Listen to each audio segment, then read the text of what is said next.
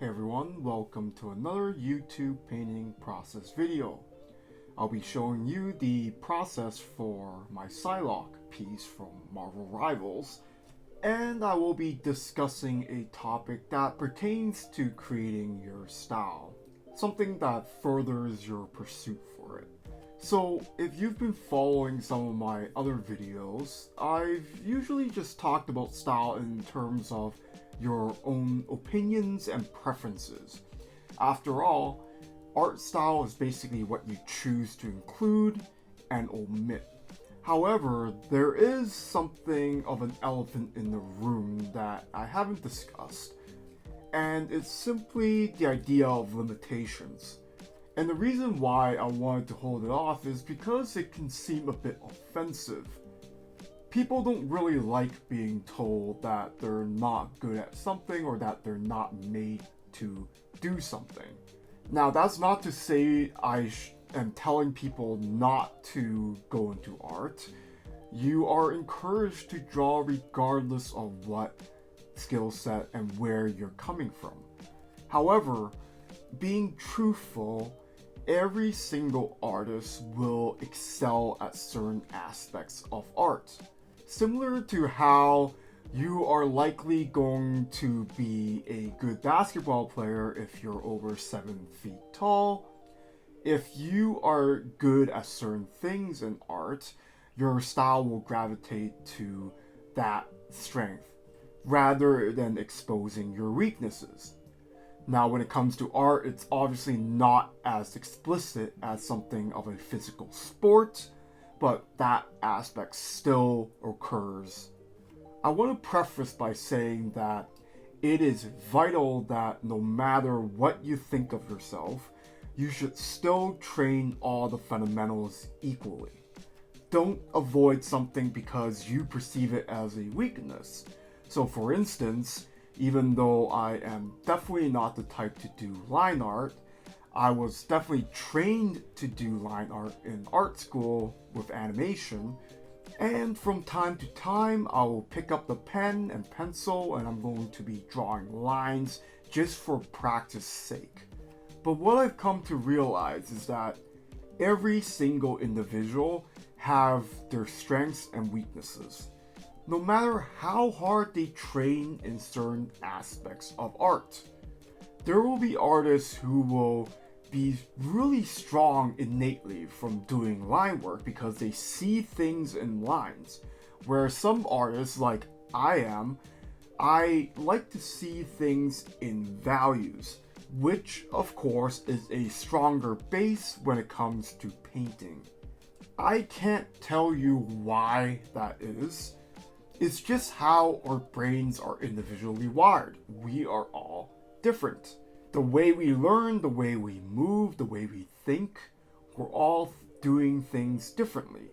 Meaning no matter how hard you train, some things will just naturally make more sense than others. I can't for the life of me get line art proper, even though I've trained in it quite a bit. Now I do understand the concepts of it, but the way I think just doesn't seem to connect with lines. Whereas something like values and colors make more sense when I have to represent reality. For yourself, you will have to figure that out and see as you are learning these fundamentals what makes more sense for you than others. And you have to play into it. Now, that's not to say that you should just define everything around your perceived strengths and weaknesses. You can definitely just choose to do what you like, even in spite that it might not be your strong point. However, you will inevitably have to choose what to emphasize in your style and what to omit.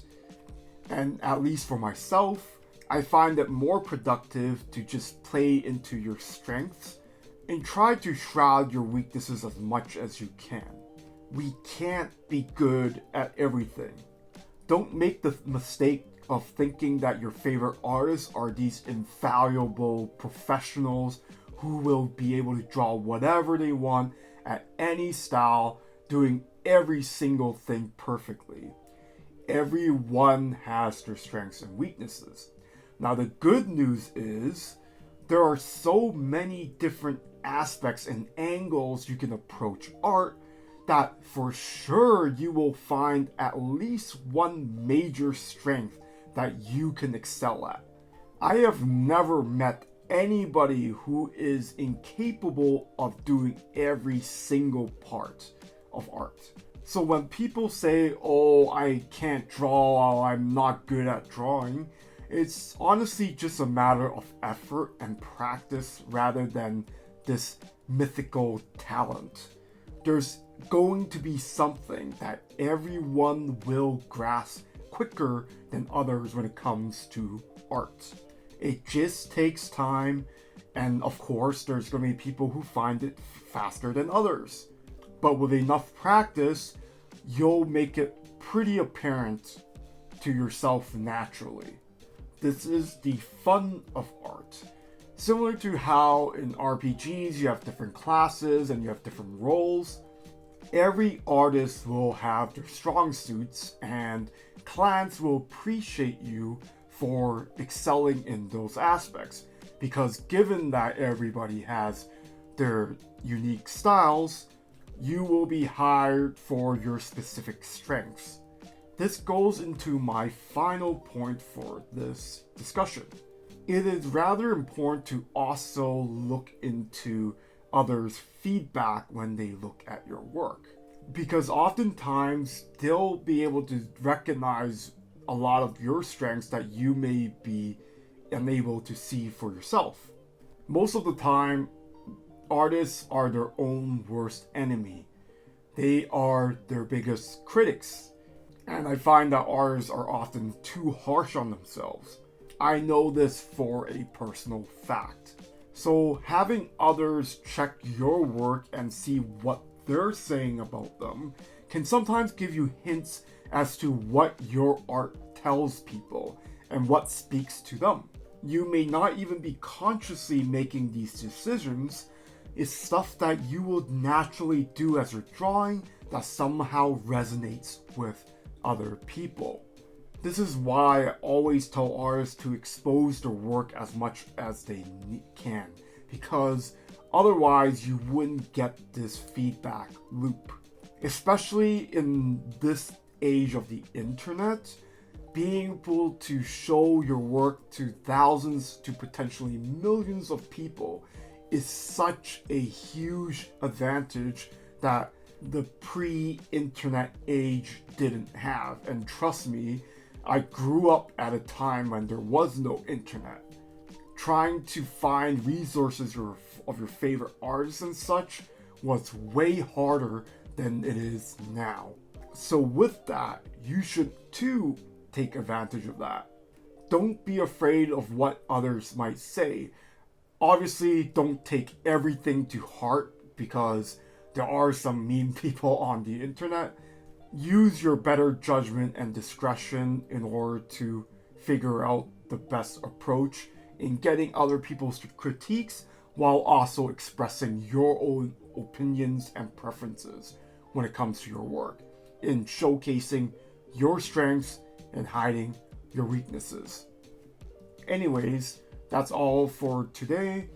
Thank you for watching, and of course, like this video, subscribe to this channel. It always helps me and supports my work. Thank you, and I'll see you next time.